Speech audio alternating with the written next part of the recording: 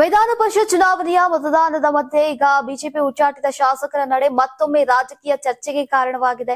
ST Somashekar ತಾವು ಆತ್ಮಸಾಕ್ಷಿಯಂತೆ ಮತ ಹಾಕಿರೋದಾಗಿ ಹೇಳುವ ಮೂಲಕ ಈಗ ಕುತೂಹಲವನ್ನ ಹೆಚ್ಚಿಸಿದ್ದಾರೆ. ಮಾಧ್ಯಮಗಳೊಂದಿಗೆ ಮಾತನಾಡಿದಂತಹ ಶಾಸಕ ಎಸ್ಟಿ ಸೋಮಶೇಖರ್, ನಾನು ಯತ್ನಾಳ್, ಹೆಬ್ಬಾರ್ ಹಾಗೂ ಮುನಿರತ್ನ ಅವರು ಮುಖ್ಯಮಂತ್ರಿನ ಭೇಟಿ ಮಾಡಿದ್ದೇವೆ. ನಿನ್ನೆ ನಮ್ಮನ್ನ ಕರೆಸಿಕೊಂಡಿದ್ದಂತಹ ಸಿಎಂ ಕಾಂಗ್ರೆಸ್ ಅಭ್ಯರ್ಥಿಗಳಿಗೆ ಮತ ಹಾಕುವಂತೆ ಮನವಿಯನ್ನ ಮಾಡಿದ್ರು. ಈ ವೇಳೆ ನಾವು ನಮ್ಮ ಕ್ಷೇತ್ರಗಳ ಸಮಸ್ಯೆಗಳು ಹಾಗೂ ಅಭಿವೃದ್ಧಿ ವಿಚಾರಗಳನ್ನ ಅವರ ಗಮನಕ್ಕೆ ತಂದಿದ್ದೇವೆ ಅಂತ ಹೇಳಿದ್ದಾರೆ. ಈಗ ಮುಂದಿನ ದಿನಗಳಲ್ಲಿ ನಮ್ಮ ಕ್ಷೇತ್ರಗಳ ಸಮಸ್ಯೆಗಳಿಗೆ ಸರ್ಕಾರ ಸ್ಪಂದಿಸಿದ್ರೆ ನಾವು ಕೂಡ ಸ್ಪಂದಿಸ್ತೇವೆ ಎಂಬಂತಹ ಮಾತುಗಳನ್ನ ಈಗ ಮುಖ್ಯಮಂತ್ರಿಗಳಿಗೆ ತಿಳಿಸಿದ್ದೇವೆ. ಬಿಜೆಪಿ ನಾಯಕರು ಮತ ಕೇಳಿದ್ರೆ ಖಂಡಿತವಾಗಿ ಪರಿಗಣಿಸ್ತಾ ಇದ್ವು, ಆದ್ರೆ ನಮ್ಮನ್ನ ಯಾರು ಕೂಡ ಸಂಪರ್ಕಿಸಲಿಲ್ಲ.